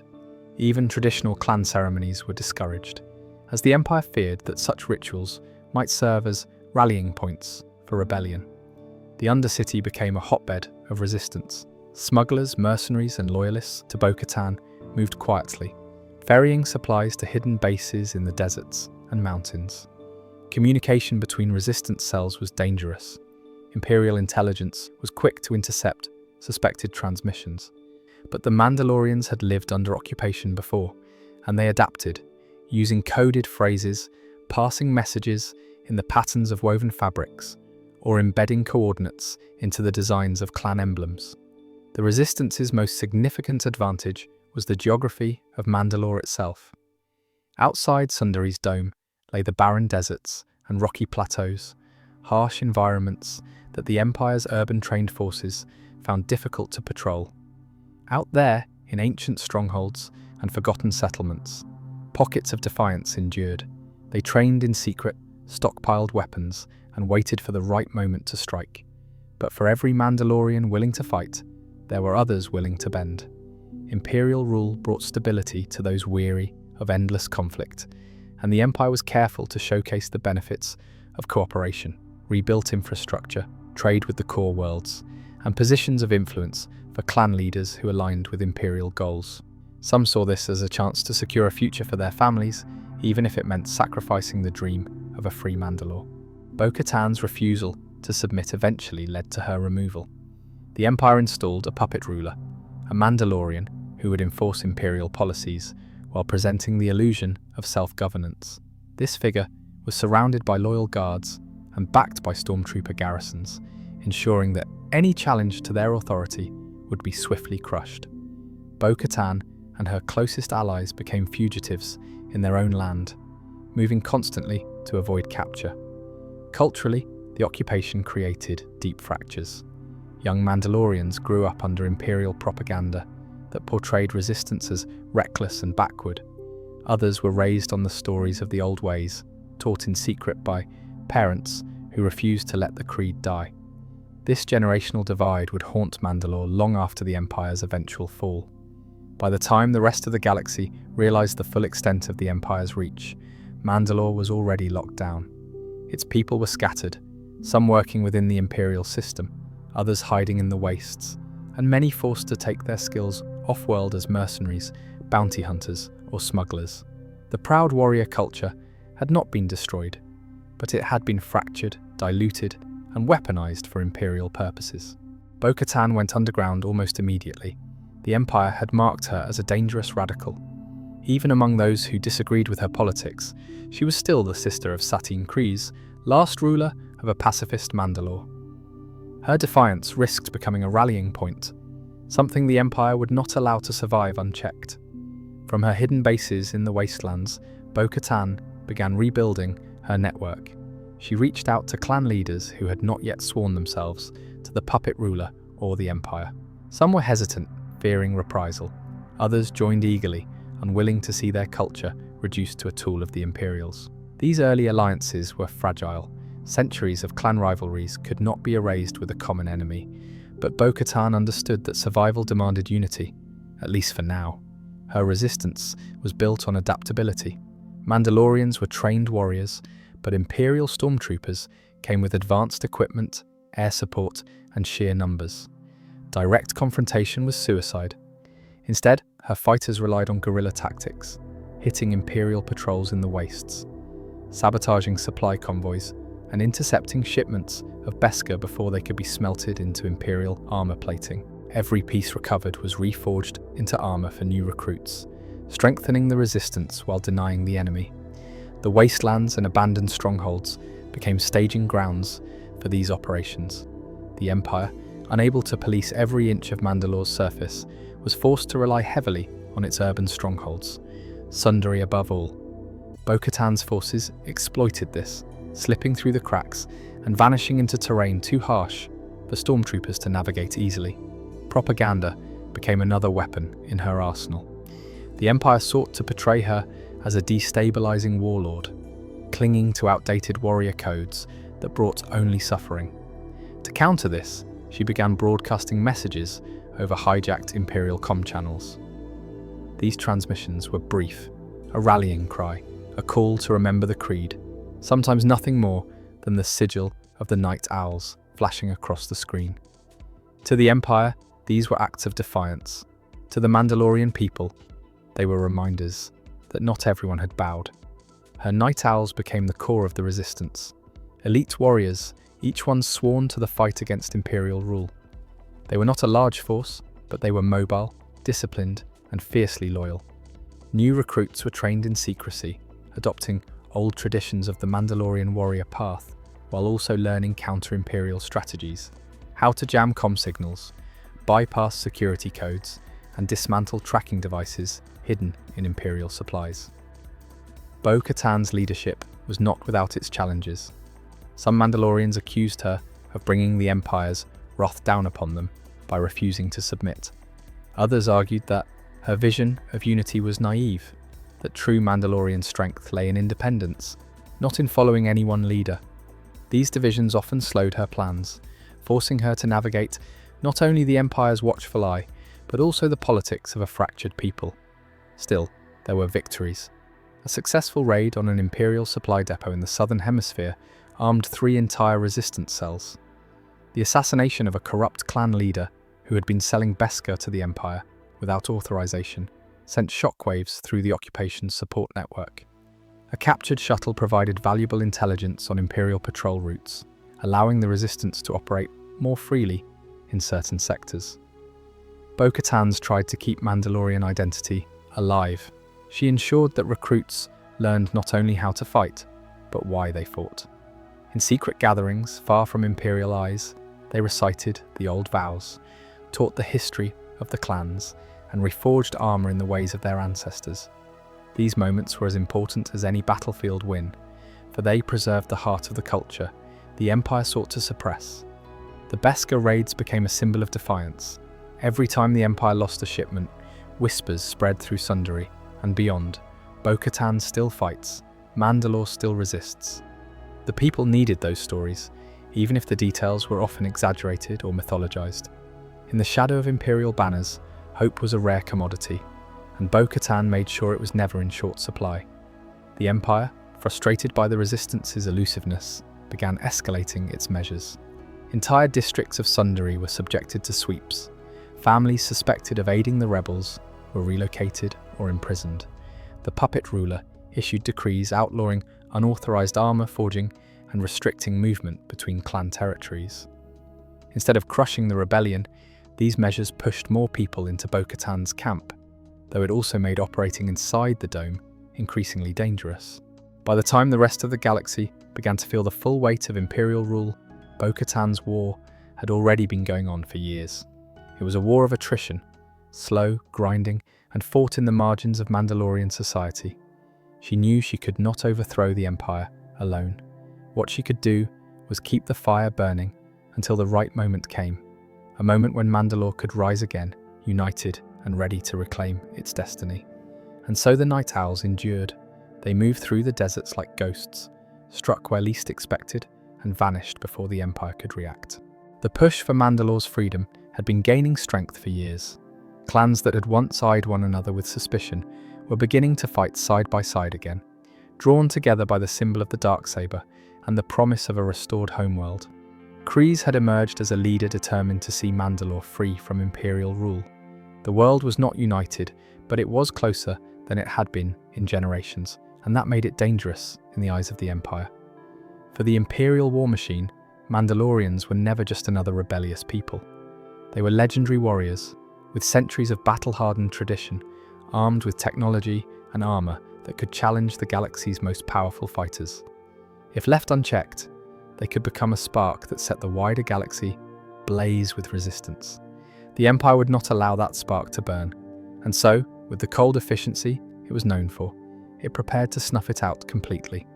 It was not a battle to be won or lost, but to extermination. Imperial tacticians spent months mapping every known stronghold, every hidden forge, every settlement, from the heart of Sundari to the most remote farmstead in the Outer Plains. They studied clan movements, identified supply lines, and monitored transmissions for any sign of resistance coordination. Then, when the plans were ready, the order was given. It began from above. Star destroyers descended into Mandalore's orbit, the skies filled with the burning light of turbolaser fire. The bombardments were merciless. Cities that had stood for centuries were reduced to rubble in hours. The great domed capital of Sundari was cracked open like an eggshell, its pristine plazas and towering spires collapsing into smoking ruin. The rural settlements fared no better. The fields and valleys were scorched, leaving the land poisoned and bare. Those who survived the initial strikes soon found themselves hunted. Imperial dropships swept in behind the bombardments, disgorging wave after wave of stormtroopers, Purge troopers, and specialized commandos armed for urban and close-quarters combat. They moved with one purpose: to kill or capture every Mandalorian they could find. Skirmishes erupted in the streets, alleys, and tunnels, but the Imperials came in overwhelming numbers. Yet the Purge was not only a slaughter. The Empire had long coveted Beskar. As Imperial forces advanced, they seized every piece of Beskar they could find. Armor was stripped from the dead and the living alike. Forgeries and caches were emptied. The contents melted down in great smelters to be turned into Imperial arms and plating. The very steel that had once stood against Jedi and Sith alike now served the same tyranny it had resisted for generations. Bo-Katan and her loyalists fought desperately, striking at Imperial forces in the cities, ambushing convoys, and rallying whatever clans they could. But the enemy was relentless, and for every Mandalorian that fell, there seemed to be 3 more stormtroopers to take their place. The Empire's strategy was total: destroy the infrastructure, annihilate the fighters, scatter the survivors. Some clans managed to evacuate before the net closed entirely, fleeing to the Outer Rim or disappearing into uncharted systems. Others went underground, living in secret enclaves where even speaking the word Mandalorian aloud was dangerous. The ancient language of Mandos grew quieter, whispered only in the dark. For the children who escaped, the teachings of the Rezolnare became not just a cultural duty, but an act of rebellion against a galaxy that now hunted them. The Purge left scars deeper than the rubble of cities. Entire lines of warriors were wiped out. Songs and histories, once passed from elder to apprentice, were lost forever when archives were burned and storytellers slain. Heirlooms that had been in families for generations were taken or destroyed. The stories of Mandalorian victories across the centuries were replaced by hushed accounts of hiding, running, and losing everything. Bo-Katan's final acts during the Purge, they were desperate measures to ensure survival. She ordered those still loyal to scatter, to take their armor, their banners, and their names and disappear before the Empire could finish what it had started. Some accused her of abandoning the fight. Others saw the bitter truth, that Mandalore could not rise again if every last warrior lay dead in its soil. When the fighting finally ceased, Mandalore was a hollow shell of its former self. The once proud capital lay in ruins, its dome shattered. The forges, the heart of Mandalorian craftsmanship, had gone cold, their fires extinguished under Imperial guard. Vast stretches of land were uninhabitable, the soil scorched and the air choked with dust and ash. What few Mandalorians remained on the planet lived under constant surveillance, their movements restricted, their culture suppressed. And above it all, the Empire held the Darksaber.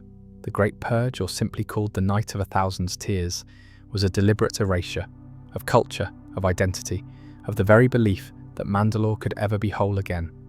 The survivors carried that wound with them into exile, scattered across the galaxy like sparks waiting for fuel. Some became mercenaries, some became bounty hunters, some swore off the old ways entirely, burying their heritage to survive. But there were those who stayed closer to the Mandalorian system, hiding in plain sight under the Empire's nose. One of the most notable safe havens during these dark years was Concordia, the small moon orbiting Mandalore itself. Concordia had long been home to mining operations and, historically, a place of exile for Mandalorian warriors during the pacifist era of Duchess Satine. Ironically, the same isolation that once made it a penal colony now made it an ideal refuge. Far from the scorched surface of Mandalore, Concordia's settlements and underground networks provided shelter from the Imperial patrols that swept the homeworld. It was here that a particular branch of Mandalorians endured, those who followed the ancient and uncompromising creed often called the Way of the Mandalore. They were distinct from other survivors in one key practice.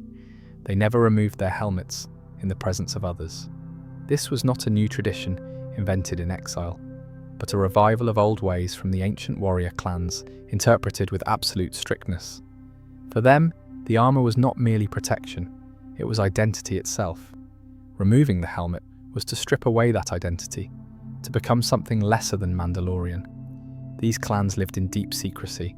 They avoided the open streets, often moving through Concordia's tunnels and hidden passages. For outsiders, they were almost ghosts, whispered of but rarely seen. They gathered in covert hideouts, maintaining small forges where armorsmiths kept the ancient craft alive with whatever scraps of Beskar they could recover or trade for. When Beskar was gone, they adapted, using durasteel and other alloys, but always shaped in the Mandalorian style to preserve the visual lineage of their people. Life was harsh in these hidden enclaves. Children, foundlings, were brought into the fold from across the galaxy, often rescued from war zones or taken in after pirate raids. In this way, the creed endured not only through bloodlines, but through adoption, just as it had in the days of Mandalore's earliest expansion. Every child was taught the Rezul Nare, the 6 actions of the Mandalorian way, from the moment they could walk: to wear the armor, speak the language, defend the clan, and raise the next generation in the creed was to resist the Empire in the most fundamental way. Despite their isolation, these hidden clans did not entirely retreat from the galaxy's conflicts. Skilled warriors could be found working as bounty hunters, mercenaries, and bodyguards, always returning their earnings and spoils to the covert to provide for their people. Every mission served 2 purposes: to keep the warriors' skills sharp and to keep the forge burning. The Imperials knew Mandalorians still lived, but the secrecy of these clans made them almost impossible to root out entirely. For those who followed the Way, the Great Purge was not a loss of land, but a spiritual wound. They viewed the destruction of the forges and the scattering of the clans as both a tragedy and a divine test. The creed became a lifeline, a reminder of who they were when everything else was gone. In whispered councils deep underground, they spoke of the day Mandalore would be reclaimed, but they knew it would not be soon. The Empire was too strong, the wounds too fresh. Patience was as much a weapon as any blaster. The helmet rule, which seemed extreme to outsiders, also served a practical survival purpose. Without facial recognition, the Empire could not easily track them. Without public identities, they could vanish into the crowd on any world. Each Mandalorian was both an individual and an interchangeable symbol of their people, making it impossible for the enemy to destroy them by killing a single leader or figurehead. On Concordia, these clans remained largely unnoticed by the wider galaxy. They did not make political alliances or broadcast their survival. Their work was quiet, their battles chosen with precision. When they struck, it was swift and decisive. Over time, the Way's followers became known in whispers as Children of the Watch. To some exiled Mandalorians, they were heroes who had preserved the most sacred traditions when all else was lost. To others, they were zealots, clinging to an outdated interpretation of the creed. refusing to adapt to the galaxy's changing realities. But whatever outsiders thought, the children of the Watch endured. A living ember of the old Mandalore, kept alive in the hope that one day the forge fires would burn openly once again. And among these people and clans was Din Djarin. He grew up in exile, in a galaxy that had forgotten his people's glory and only remembered their scars. Found in a village after attack by separatist battle droids, Din was taken in by a clan of Mandalorians who followed the way, children of the Watch that I spoke about earlier. In a desperate attempt to save him, his parents hid him from the attack on their village, buying just enough time for the Mandalorians to arrive. From the moment he was taken in, Din's childhood was unlike most others. He grew up in a world of ritual and training. The galaxy beyond the clan's enclave was dangerous, filled with those who feared or hated Mandalorians. The Empire's collapse left a power vacuum, but few welcomed the return of a proud warrior culture. Din's clan lived in the shadows, balancing survival with tradition. The children were taught to blend in when necessary, but to always remember who they were beneath their disguises. Din grew into a skilled warrior, his training sharpening him into a hunter and protector. His armor was made from Beskar, reforged and repaired many times, carrying the marks of battle and survival. Each dent and scratch told a story, a testament to challenges faced and overcome. The helmet's T-shaped visor hid his expressions, but his actions spoke volumes. His work as a bounty hunter took him far from his clan's hidden enclaves. He tracked dangerous targets, navigated criminal underworlds, and completed missions that demanded skill, patience, and sometimes ruthless efficiency. Every contract earned credits needed for armor upkeep, weapons, and the safety of the foundling he would come to protect. The arrival of Grogu, the small Force-sensitive child, changed everything for Din. The foundling became more than a mission, he became family. Protecting Grogu required Din to balance the strict way with compassion and flexibility. It tested the limits of the creed and forced Din to question what it truly meant to be Mandalorian. His sense of duty expanded beyond the warrior code to a deeper responsibility for another life. Mandalorian clans remained scattered, some loosening traditions, others clinging fiercely to the old ways. Din's clan chose the latter, preserving the way's strict rules and rituals. This divide sometimes created tension, but all shared a longing for the day Mandalore could rise again. Despite the burdens, Din found moments of quiet strength and connection, camaraderie with other Mandalorians, the rare, peaceful nights under alien stars, and the small victories of keeping Grogu safe fueled his resolve.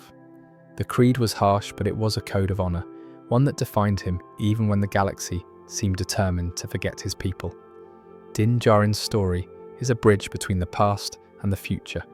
He carries the legacy of ancient warriors who fought in legendary battles, but he also walks a path shaped by exile, loss and hope. His armor, his helmet, and his creed are not only symbols, they are the essence of resilience.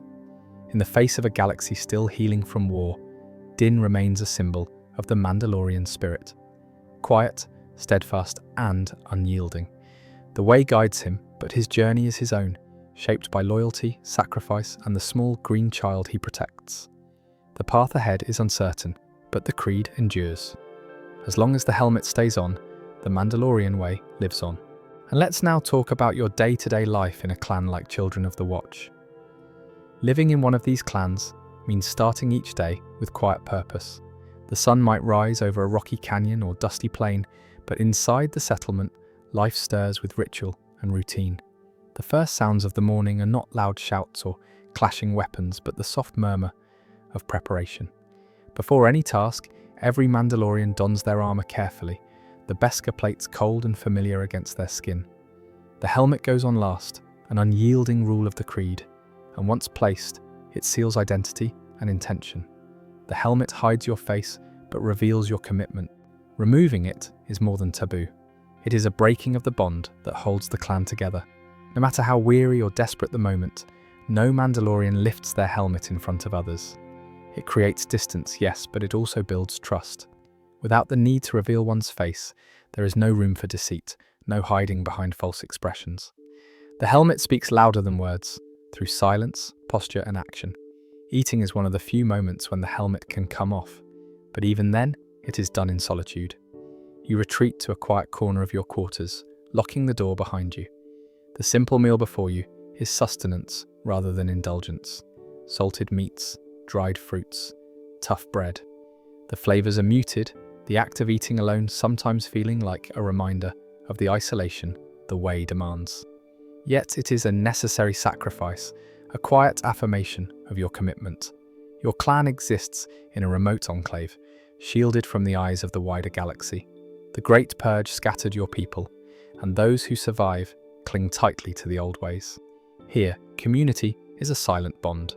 Communication is often wordless. Nods, gestures, and glances exchanged behind visors that reveal nothing but command respect. Training is relentless. After the morning meal, you gather with the others on the rocky plateau outside the settlement. The sun beats down, the air dry and sharp with dust. Combat drills begin without fanfare. You spar with a partner, each strike deliberate, every movement calculated. The way demands excellence. You learn that a true Mandalorian does not merely survive battle. He embodies the spirit of resilience and honor in every moment. Armor maintenance is a ritual in itself. Around the forge, elders work with reverence, reforging battered Beskar plates, smoothing scratches, and polishing the metal until it gleams. You watch as the metal glows under the hammer, reminded that your armor is not just protection, but a sacred legacy. Every dent carries a story, every crack a lesson learned. Throughout the day, you witness the quiet solidarity of your clan. Trust is not given lightly. It is earned through shared hardship and unspoken understanding.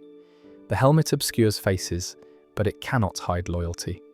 When a clanmate places a hand briefly on your shoulder or gives a firm nod, the message is clear. You are not alone. Rest comes with the night.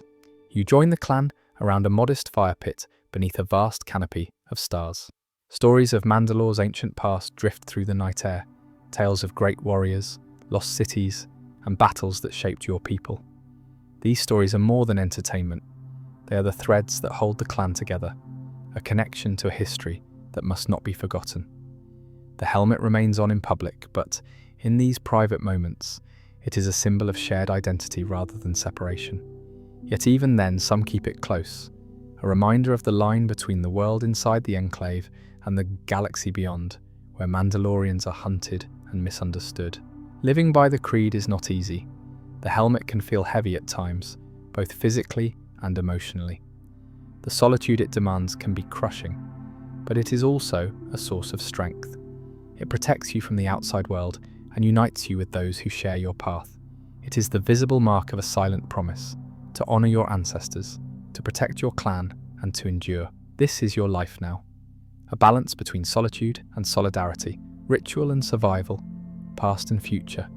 You rise with the sun, train with relentless discipline, eat in quiet solitude, and rest under alien skies, all while carrying the weight of a legacy that refuses to fade.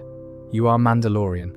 The way is your path, the helmet your shield, and the creed your guide. In a galaxy that has tried to erase your people, you live by quiet strength and unbroken loyalty, a living testament to the unyielding spirit of Mandalore. In the years after the Purge, Bo-Katan wasn't the kind of leader who faded into exile. She roamed the galaxy, searching for her scattered warriors. Every ship she boarded, every contact she made, carried one purpose: reunite the Mandalorians. She believed, no, she knew, that Mandalore could rise again, but not without unity. To her, that unity revolved around the Darksaber. Bo-Katan had once held it, given to her by Sabine Wren of Clan Wren. But tradition demanded it be won in combat, and because she had not claimed it through battle, her rule was illegitimate. When the Empire fell, the Darksaber slipped into the hands of Moff Gideon, one of the most dangerous remnants of Imperial power. For Bo-Katan, retrieving it was more than reclaiming a weapon. It was redemption, a way to restore her name and prove she could lead. She hunted Gideon across the Outer Rim, tracking rumors of Imperial holdouts and rallying loyalists to her cause. Yet the galaxy after the Purge was a fractured place. It was in this climate that her path crossed with Din Djarin. Their first meeting was uneasy. Din was bound by the creed of his people, and to him, Bo-Katan's bare-faced presence marked her as something different, maybe even untrustworthy. But Bo-Katan saw in Din a capable fighter, and more importantly, a potential ally in her hunt for Gideon. Their alliance was transactional at first. She offered information he needed in exchange for his help in raiding Imperial supply ships. Din fought alongside Bo-Katan and her Night Owls, seeing firsthand the precision and ferocity of her warriors. In those battles you could catch glimpses of the leader she had once been, sharp, commanding, and utterly relentless. But even in moments of victory, her focus was fixed on the Darksaber. Every step forward was part of the same path she'd been walking. When the time finally came to face Moff Gideon, fate twisted the outcome. Din Djarin, not Bo-Katan, was the one to defeat Gideon in combat. And by Mandalorian tradition, that meant the Darksaber now belonged to him. For Bo-Katan, it was a bitter blow. She had devoted years to this mission, endured losses and betrayals, and here was the blade in the hands of someone who didn't even want it. Din offered it to her freely, but she refused. The ancient ways said it must be earned in battle, and she knew taking it without a fight would only weaken her claim in the eyes of their people. This created a quiet but unshakable tension between them. Bo-Katan still needed the Darksaber to rally Mandalore, but she also needed Din's cooperation. And Din, though respectful of her mission, had his own obligations. The safety of Grogu, his foundling, came first. Over time, Din began to see more of Bo-Katan's perspective. He learned the truth of the Purge, the devastation of their homeworld, and the weight of history pressing on her shoulders. Likewise, Bo-Katan saw something rare in Din, a man bound to a creed, yet willing to risk everything for those he cared about. The helmeted bounty hunter she had once dismissed as an indoctrinated zealot proved to be far more than that. Her obsession with the Darksaber never faded, but it evolved. It became less about personal redemption and more about ensuring Mandalore's survival. She had seen too many false leaders and too much infighting to believe they could rebuild without a unifying symbol. And for all her confidence, she understood the danger of claiming that symbol without earning it the right way. The story of Bo-Katan after the Purge is one of persistence. She refused to disappear into the shadows, even when her cause seemed hopeless. She fought on space station decks, aboard Imperial cruisers, and across forgotten worlds, carrying the hope of a reborn Mandalore like a torch through the dark.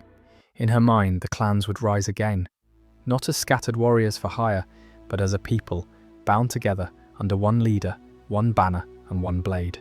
When Din Djarin returned in search of redemption, because, well, in Season 2 he was handing out unmasked appearances left and right in his quest to save Grogu, he once again crossed paths with Katan Kryze, but the circumstances were far from triumphant.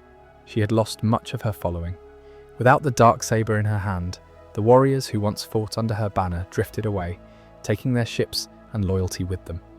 She lingered in her family's ancestral castle on Kalevala, a lonely fortress echoing with unfulfilled purpose. Din's mission was simple in his mind: bathe in the living waters beneath the mines of Mandalore to restore his standing in the Children of the Watch. But Bo-Katan had dismissed the old ways as superstition, and she warned him the planet was poisoned and lifeless. Even so, when Din ventured there alone, she would soon find herself drawn back into the fight for Mandalore's future.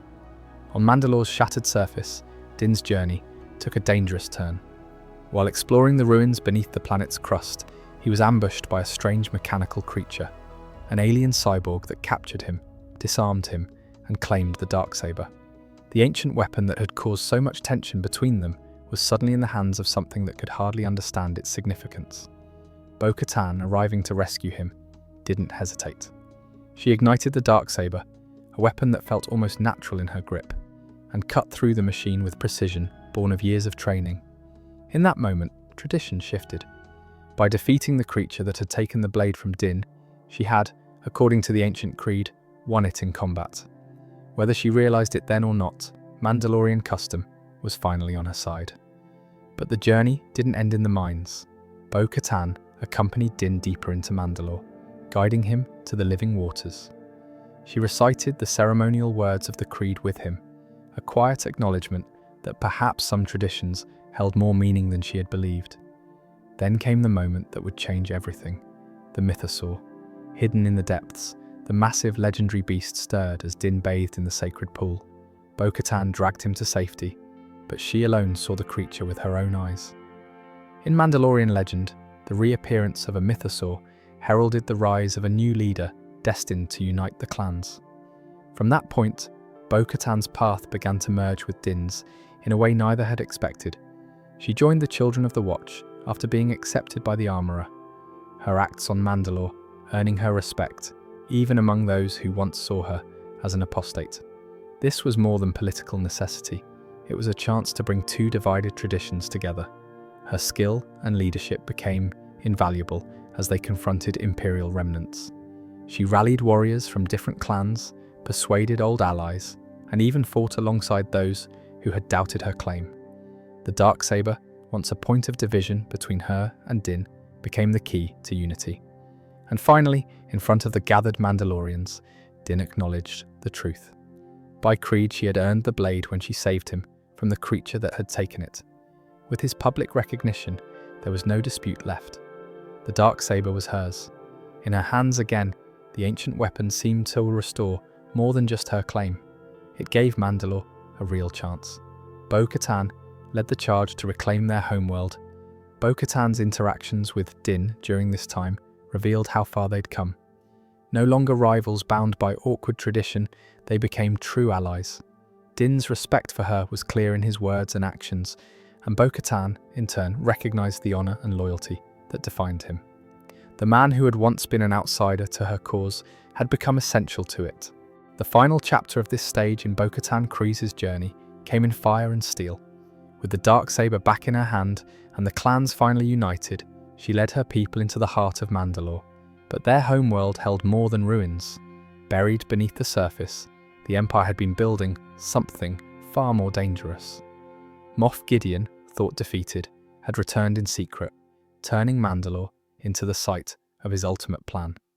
In a vast underground facility, he'd been producing an army of enhanced stormtroopers, each clad in Beskar alloy armor, and perfecting dark science experiments to create force-sensitive clones of himself. The Great Forge, once the soul of Mandalorian craftsmanship, had become the beating heart of this imperial stronghold. Bo-Katan, Din Djarin, and their allies launched their assault. The fighting was brutal, filling the tunnels and skies with blaster fire, jetpack trails, and the roar of explosions. At the core of it all, Bo-Katan faced Gideon himself.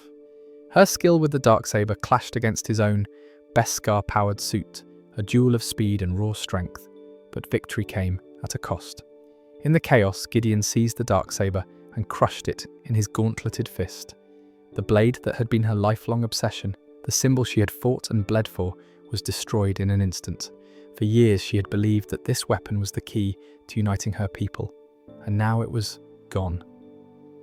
Yet in that moment it became clear that the unity she had built was stronger than any single relic. The battle reached its peak when Axwoves piloted the Mandalorian capital ship directly into the base, triggering a massive explosion that consumed Gideon and his forces. Fire ripped through the underground complex, but the Great Forge survived. The Empire's hold on Mandalore was finally broken. In the aftermath, the clans gathered around the forge.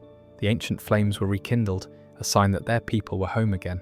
Bo-Katan stood before them, not as a claimant to a throne, but as the leader they had chosen, proven not by tradition alone, but by action. Din Djarin, having fought at her side through it all, made his own choice in the quiet that followed. He formally adopted Grogu as his apprentice, giving him the name Din Grogu, binding them together as family under Mandalorian tradition. With Mandalore safe and its future in strong hands, Din stepped away from politics and war. On Nevarro, Greef Karga welcomed Din and Grogu with open arms, offering them a small homestead, a place to rest, train and grow, but rest would never mean idleness. Din approached Captain Carson Teva of the New Republic with an offer. He and Grogu would take on select contracts, hunting down remnants of the Empire as independent agents.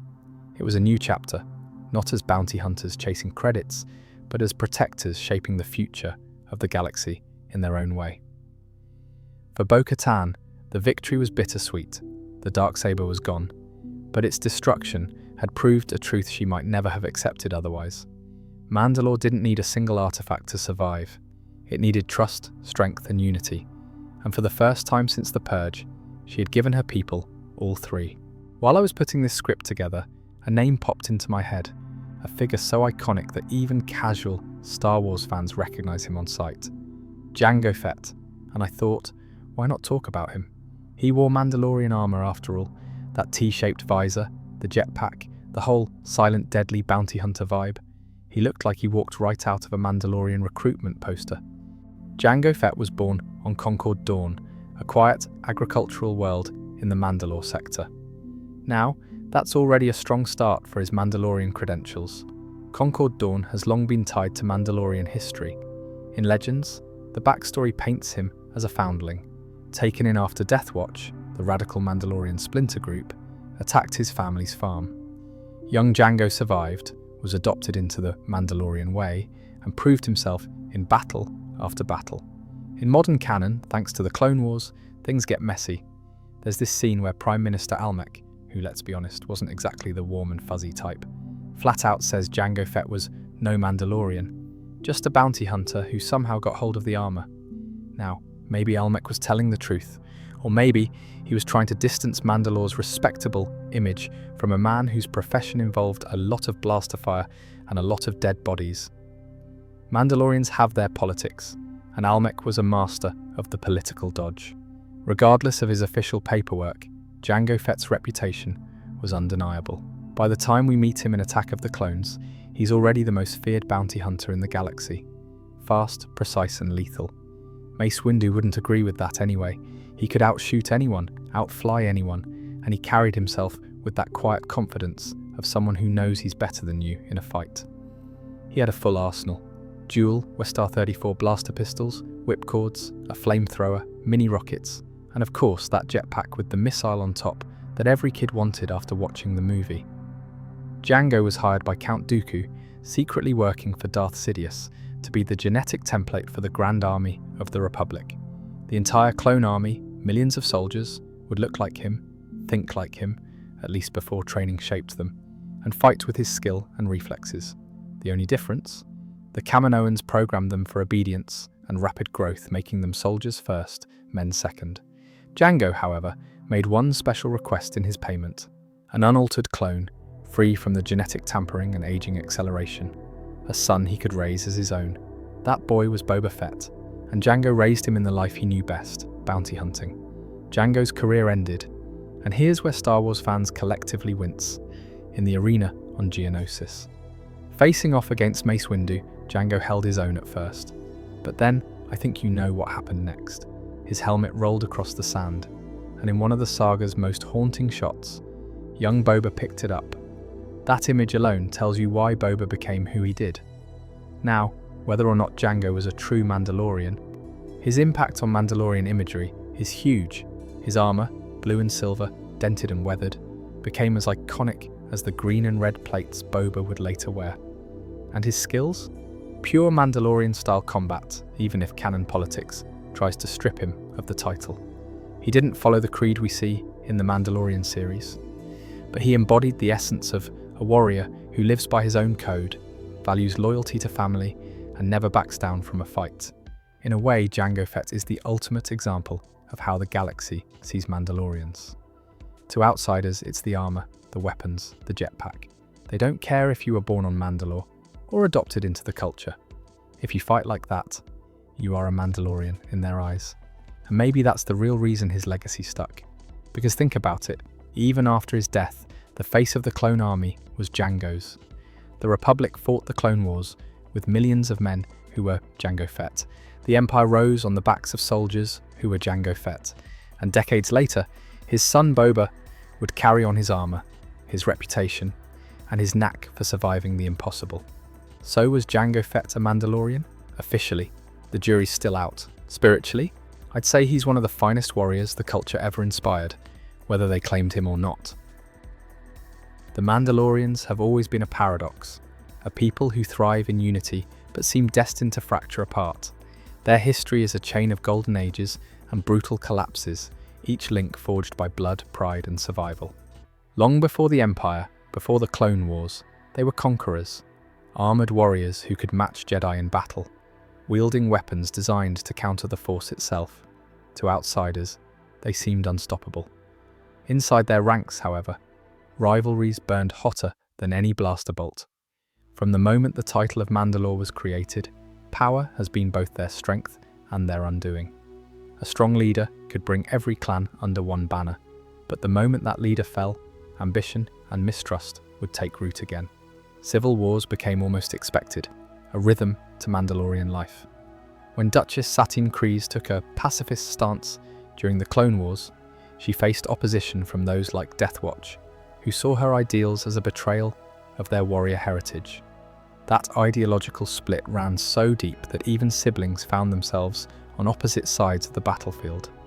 By the time the Empire arrived, Mandalore was already weakened. The Great Purge finished what political division had started. The Night of 1,000 Tears reduced its shining cities to ash and molten glass. The planet became uninhabitable to most, forcing survivors into exile. Beskar, the soul of their armor and identity, was stolen and hoarded by the Empire. The Mandalorians became ghosts, scattered mercenaries, bounty hunters, and hidden survivors, more legend than reality to the rest of the galaxy. For years, the thought of reclaiming their home was a dream whispered in quiet corners. The darksaber passed between hands, its possession a constant source of contention. The children of the Watch held to the old ways, never removing their helmets, while other clans dismissed such customs as outdated superstition. Every division made them easier to forget, easier to dismiss as relics of a bygone age. And yet, Mandalorians have a way of finding each other when the galaxy least expects it. Across all their history, that is the one constant. No matter how far they scatter, the call to protect their own never truly fades. The events of recent years proved it again. Though factions remained distrustful, a common purpose brought them back to their ruined homeworld. By the end of their campaign, they stood together under one banner, their capital reclaimed, their great forge burning once more. That's where we leave them in the story we know, a people who have been shattered more times than any outsider can count, now standing, however tenuously, as one. Their leader, Katan Kryze, commands the loyalty of warriors who would once have gladly fought each other. The clans are rebuilding Mandalore's surface and underground cities, fortifying what remains, and reclaiming the minds that gave them their legendary Beskar. But the truth is, we don't know what happens to them next. Star Wars canon hasn't shown us their fate in the era of the New Republic, or the rise of the First Order. In the sequel trilogy, Mandalorians are absent from the galactic stage. That absence leaves only possibilities. Maybe they choose isolation. It wouldn't be the first time. Rebuilding in secret could give them the strength to avoid being caught in the Republic First Order conflict altogether. Staying hidden might ensure the survival of their culture for another generation, even if it means letting the wider galaxy fight its own wars. Or perhaps this unity is temporary, like every other in their history. Old rivalries could resurface, or a new external threat could pit clan against clan once more. Mandalore's soil is rich with history, but also with grudges that no battle can fully erase. The more hopeful view is that this is a new chapter unlike any before, one where the Mandalorians break the cycle. If the destruction of the Darksaber taught them anything, it's that symbols are only as powerful as the people behind them. For the first time, they might be building a future not because a single weapon demands it, but because they choose it. Until the next chapter of their story is told in the shows or films, the Mandalorians remain in a rare moment of peace. A dangerous kind of peace, the kind that can be broken with one spark, but peace all the same. Whether they fade quietly into legend again, or rise to shape the galaxy's future, one thing hasn't changed in thousands of years. Mandalorians endure. This is the way. So, this is the story of the Mandalorians. Warriors bound by honor, scattered by war, and reunited time and time again, even if only for a moment. Thank you for watching, and may the Force be with you.